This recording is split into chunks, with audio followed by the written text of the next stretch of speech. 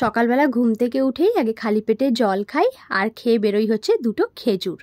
Morning shift চলছে এখন, তাই সকালবেলা খালি মুখে বেরোবো না বলে দুটো খেজুর খেয়ে নিয়েছি। আর খেজুর খেতে বেশ ভালোই বাসি আমি আর তন্ময়। জানো তো, এই রমাদানের সময় না বেশ ভালো অফার চলছে খেজুরে, তাই 2-3টে প্যাকেট একসাথে তুলে নিয়ে চলে এসেছি। চললাম এখন অফিস। তার আগে সবাইকে ওয়েলকাম ব্যাকটা জানিয়ে নিই। Welcome back to the channel সবাইকে। যারা তোমরা আজকে আমাকে প্রথমবার দেখছো, হাই গাইজ, আমি ঝেলেক দুবাই থেকে। অন্যদিন সকালবেলা যখন বেরোতাম তখন দেখতাম অন্ধকার আছে মর্নিং শিফটে। আস্তে আস্তে দেখো কি সুন্দর দিন বড় হয়ে যাচ্ছে। সূর্যি মামার দেখাও পেয়ে গেছি আজকে সকালবেলা। বেশ ভালো ফ্রেশ ফিল হচ্ছিল সকালবেলা। এমনিতেও I am a morning person. অনেকে হয় না নাইট আউল, তাদেরকে যদি রাত্রেবেলা জাগতে দাও তারা রাত্রেবেলা সুন্দর জেগে যায়, বাট সকালবেলা উঠতে প্রবলেম হয়। বাট আমার ক্ষেত্রে সেটা অপোজিট। আমি রাত্রেবেলা একটু তাড়াতাড়ি ঘুমোতে পছন্দ করি, সকালবেলা কিন্তু আমার উঠতে কোনো অসুবিধা হয় না। ছোট্টবেলাকার অভ্যেস কি না। স্কুলে যখন পড়তাম তখন সকালবেলা উঠে যেতাম তো ডেলি। আর যখন এক্সাম টাইম থাকতো তখন আমি সকালবেলা উঠে পড়াশোনা করতাম, যেমনি 3:30, 4টে সেরকম উঠে আমি পড়াশোনা করতাম। আমার কোনো অসুবিধা হতো না সকালবেলা উঠতে। আর মাও আমার সাথে উঠে যেত, মা পাশে বসে থাকতো আর আমি পড়াশোনা করতাম। বাট আমার বন্ধুদের ক্ষেত্রে সেটা কিন্তু একদম অপোজিট ছিল। সেই অভ্যেসটা এখনও আমার রয়ে গেছে আর কি। বাবা বলতো ভোরবেলার পড়া নাকি সব থেকে বেশি মনে থাকে। সকালবেলা কোনো ডিস্টারবেন্স হয় না, সব দিক শান্ত থাকে, তাই একটুখানি কিছু যদি রিভিশন দিই তাহলে সেটা মনে থাকে।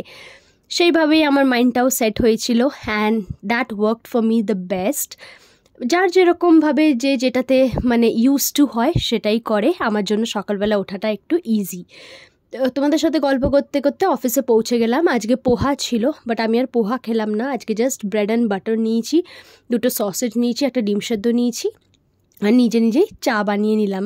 ওখানে সব কিছু অ্যামেনিটিস রাখা থাকে চায়ের, তুমি তোমার মতন করে বানিয়ে নিতে পারো আর কি। চা, কফি তোমার যেরকম ইচ্ছে। মাইক্রোওয়েভ থাকে, গরম জলও থাকে, মাইক্রোওয়েভও থাকে। তোমার যেরকম ইচ্ছে আর কি, তুমি সেরকম বানিয়ে নিতে পারো। এবার চলে এলাম রেডি হতে। তো তোমাদের সাথে গেট রেডি উইথ মিটা একটুখানি শেয়ার করে দিচ্ছি। আর এই যে আইব্রো কিটটা দেখছো আমার, এটা ইন্ডিয়া থেকে এনেছিলাম অলমোস্ট শেষের মুখে। আর ফিটমি ফাউন্ডেশনটাও আমার অলমোস্ট শেষের মুখে। এরকম 2টো এনেছিলাম, একটা শেষ হয়ে গেছে আর এটা এখন শেষের মুখে, নতুন আরেকটা কিনতে হবে। সাথে আমার একটা আইব্রো পেন্সিলও আছে। ওই আইব্রো কিটটা আমার এত পছন্দের না, হিলারিরও বিয়ের সময় ওটাই ইউজ করেছিল। আর আমার ওটা ডেইলি আমি ইউজ করি।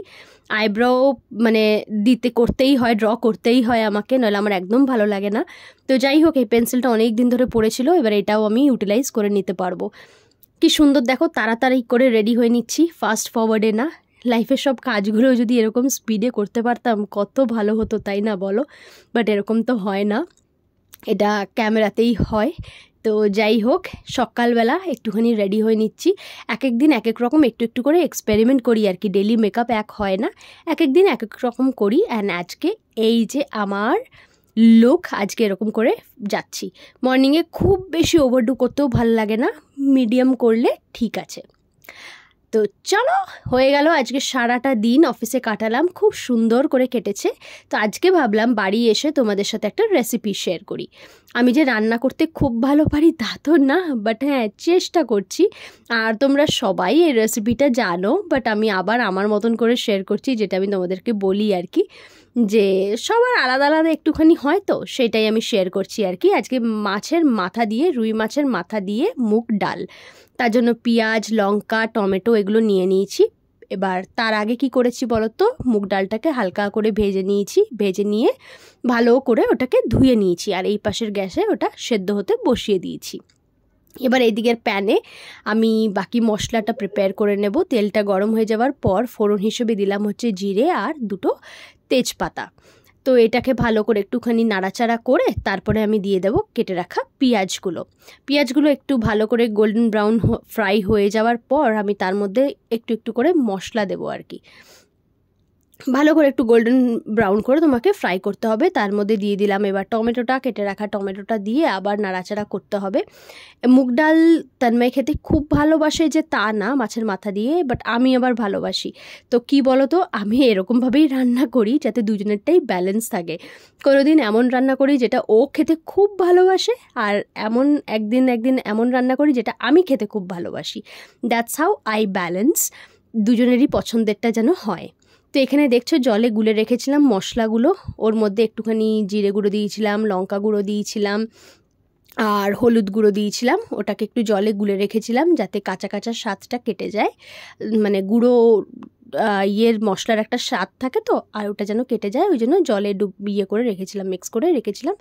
সেটাই দিয়ে নিলাম। এবার ভালো করে আবার ওটাকে নাড়াচাড়া করছি আর কি, মশলাটাকে ভালো করে কষাচ্ছি। মশলাটা যখন ভালো করে কষে গেল, তার মধ্যে দিয়ে দিলাম মাছের মাথাগুলো। মাছের মাথাটা ভেঙে নিয়েছিলাম, একদম ভেঙে নিয়ে ভালো করে এবার এটাকে মেশাতে হবে, সব কটাকে একসাথে মেশাতে হবে মাছের মাথার মধ্যে, যেন মশলাগুলো ভালো করে লেগে যায়। আমি না ভেবেছিলাম ডালটা আজকে একটু কমই হয়েছে, না আমি না ঠিক আন্দাজ করতে পারিনি, ডালটা আমার আজকে একটু বেশিই হয়ে গেছে। যাই হোক, যখন এটা হয়ে গেছে এর মধ্যে দিয়ে দিচ্ছি হচ্ছে আমি সেদ্ধ করা ডালটা দিয়ে ব্যাস হয়ে গেল আমার মাছের মাথা দিয়ে ডাল রেডি। আর কি, একদম ইজি একটা রেসিপি। ভালো করে এবার এটাকে ফুটতে দিতে হবে, একদম টকবক করে ফুটতে দিতে হবে। আজকে ঝিলিকের পাকঘরে কিন্তু হচ্ছে অনেক রকমের রান্না, আজকে মাছও হবে, আজকে তোমার ভেন্ডি ভাজাও হবে, তাই আজকে আমি একদম জমিয়ে রান্না করছি। অফিস থেকে এসে ভালো করে ঘুমিয়ে গেছিলাম, এখন মর্নিং শিফটে এখানে আছি তো খুব বেশি তো কাজ নেই, বলো এখানে কি আর কাজ, খুব বেশি তো কাজ নেই, তন্ময়ও অফিস যায়, তো আমি একা একা কী করবো, এসে আগে ভালো করে একটা ঘুম দিই টেনে, তারপরে সব এনার্জি নিয়ে উঠে রান্না করা শুরু করি। যতক্ষণ এদিকে আমার ডালটা ফুটছে ততক্ষণ ওইদিকে আমি বাসনটা মেজে নিই, ঠিক আছে?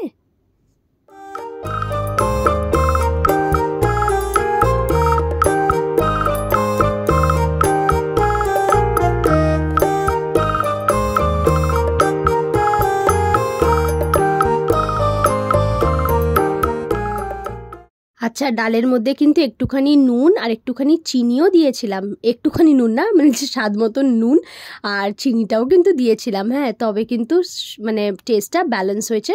টেস্ট করে দেখে নিলাম, খুব সুন্দর হয়েছে। অ্যান্ড ওটাকে এখনও ফুটতে দিয়েছি, ওটা আরেকটুখানি ফুটুক। এদিকে বানাবো হচ্ছে ভেন্ডি ভাজা, যেমনি তোমাদেরকে বললাম আমার ভেন্ডি ভাজা খেতে প্রচণ্ড ভালো লাগে, প্রচণ্ড সিম্পল ভেন্ডি ভাজা, তার মধ্যে যদি একটুখানি পোস্ত ছড়ানো যায়, আহা, এর থেকে ভালো কিছু হতে পারে না। বাট দুবাইতে এটাই স্যাড যে পোস্ত এখানে ব্যান, বুঝতে পারছো, আলু পোস্ত খেতে পারি না, ওই জন্য দুবাইতে পোস্ত ব্যান। এটা ওরা অ্যাজ আ ড্রাগস ওরা এটাকে কনসিডার করে পোস্তটাকে, কারণ পোস্ততে বলে না একটা মানে কী যেন একটা থাকে পোস্ততে, তোমরা যদি জানো সেটা প্লিজ আমাকে কমেন্ট করে বলো। তো পোস্ততে নাকি নেশা হয়, হালকা হালকা ঘুম পায়, তো ওই জন্য এখানে ওটা ব্যান। যাই হোক, পোস্ত খেতে পারি না, কি করা যাবে। ওইদিকে জামা কাপড় দিয়েছিলাম ওয়াশিং মেশিনে, জামা কাপড়ও কাচা হয়ে গেছে রান্না করতে করতে, সো আমার হাতের কাজ ডান।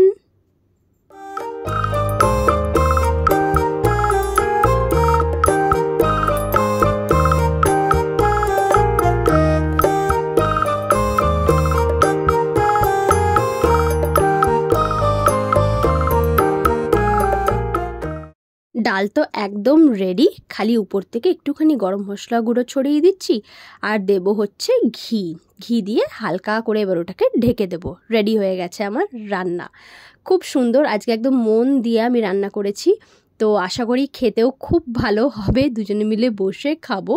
তো মর্নিং শিফট করলে কি বলো তো, বাড়ি এসে একটু রান্না করার সুযোগটা থাকে, আফটারনুন শিফট করলে বাড়ি এসে আর মানে তখন তো আর কোনো সুযোগই থাকে না যে রান্না করে নিজের হাতে খাবো, বাট মর্নিং শিফট করলে অনেকটা সুযোগ থাকে নিজের হাতে রান্না করে খাওয়ার আর কি। তো ডেলি যে এত রান্না করতে পারি আমি তা না, যেদিন যেরকম এনার্জি থাকে সেই দিন সেরকমভাবে রান্না করছি। আর এখন রমাদানের জন্য আমাদের অফিস আওয়ার্সও কমে গেছে, এখন 9 আওয়ার্সের থেকে 7 আওয়ার্স হয়ে গেছে এখানে সব কিছু, মানে সব অফিস অ্যান্ড হোটেলস সব জায়গায় আর কি ওয়ার্কিং আওয়ার্স 7 আওয়ার্স হয়ে গেছে। তো আমার এখনও 7 আওয়ার্স হয়নি, আমি এখনও 8 আওয়ার্স ডিউটি করছি রস্টারে, আমি এখনও 8 আওয়ার্সই আছি। মানে কি বলো তো, ব্যালেন্স করে দেয়। সবাইকে যদি একসাথে 7 আওয়ার্স দিয়ে দেয় তাহলে একটু চাপ হয়ে যায়। যেদিন মনে করো একটু বেশি বিজি হয়ে যায় হোটেল, তখন ম্যানেজ করাটা একটু ডিফিকাল্ট হয়ে যায়। তাই কাউকে 8 আওয়ার্স রাখে, কাউকে 7 আওয়ার্স রাখে, তারপর আবার পরের রস্টারে তাদেরকে আবার 7 আওয়ার্স দিয়ে দেয়, অন্যদেরকে আবার 8 আওয়ার্স দিয়ে দেয়, এরকম করে ব্যালেন্স করে আর কি। তো আমার রস্টার এখনও 8 আওয়ার্স আছে, মানে 9 থেকে 8 হয়ে গেছে। এবার হোপফুলি নেক্সট রস্টার থেকে আমিও 7 আওয়ার্স করব, অ্যান্ড ডিউটি টাইমিংটাও আবার একটুখানি ঠিক হয়ে যাবে। সপ্তাহে এখন 2 দিন তোমাদের সাথে আমি ব্লগ শেয়ার করছি। আমি যে পোস্টটা দিয়েছিলাম Sunday and Wednesday, Sunday and Thursday, তার মধ্যে তোমরা সানডে অ্যান্ড ওয়েডনেসডে সবাই সিলেক্ট করেছো। তো hopefully every Wednesday and Sunday আমি তোমাদের জন্য ভ্লগস নিয়ে আসতে পারবো। আগের ওয়েডনেসডেতেও নিয়ে এসেছিলাম, আজকে সানডে, আজকেও তোমাদের জন্য একটা নতুন ব্লগ নিয়ে এলাম। তো এদিকে বানিয়েছি রুই মাছ, খুব তাড়াতাড়ি করে বানিয়ে নিলাম, 2টো গ্যাস ইউজ করে রুই মাছ বানালাম, ডাল বানিয়েছি দেখতেই পেলে, অ্যান্ড ভেন্ডি ভাজা। এইভাবেই কাটলো আমার সকাল থেকে আজকের বিকেলের রুটিনটা। এই জাস্ট রান্না করে বসলাম, দেখলে অনেক কিছু আজকে রান্না করে ফেলেছি, আজকে আমার এনার্জি আছে, রান্না করে ফেলেছি আর কি। আজকে ফার্স্ট মর্নিং শিফটে গেলাম, তো এখনও এনার্জিটা আছে, নাহলে মর্নিং শিফটে হলে আমি সব থেকে বেশি টায়ার্ড হয়ে যাই, কারণ সেই সকাল 5টা 5:30টায় উঠতে হয় 7টার সময় শিফটে জয়েন করার জন্য, তারপরে যেতে হয়, সারাদিন মানে চলে, বাড়ি এসে ঘুম না দিলে হয় না। বাট আজকে আমি খুব এনার্জেটিক আছি, কারণ আজকে ফার্স্ট ডে গেছি তো, তাই আর কি। এবার যা যা রান্না করেছি এত কিছু খেতে পারবো কিনা জানি না, অবভিয়াসলি পারবো না বলেই মনে হয়, আবার সেই ফ্রিজেই উঠবে সব কিছু। তাই জন্য মাছটাও 2 পিসই করেছি, আরও মাছ ভাজা আছে, কারণ করে রাখলে না বেশি ভালো লাগে না, একদিন খেলাম পরের দিন খেলাম ঠিক আছে, বাট বেশি ভালো লাগে না, ওই জন্যই। বাট ডালটা একটু বেশি হয়ে গেছে, ডালটা আমি যেইটুকু আন্দাজে নিয়েছিলাম ভাবলাম যে হয়তো কমই হবে, বাট দেখছি বেশি হয়ে গেছে।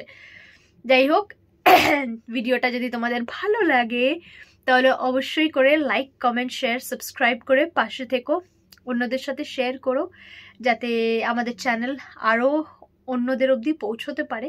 তোমরা শেয়ার না করলে তো বেশি লোক অবধি পৌঁছবে না, শেয়ার করো অ্যান্ড এরকমই ভালোবাসা দিতে থেকো।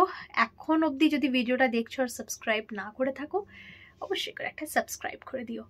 চলো, খুব ভালো থেকো, সুস্থ থেকো, তোমাদেরকে অনেকটা ভালোবাসা। পরের দিন আবার দেখা হচ্ছে, টাটা।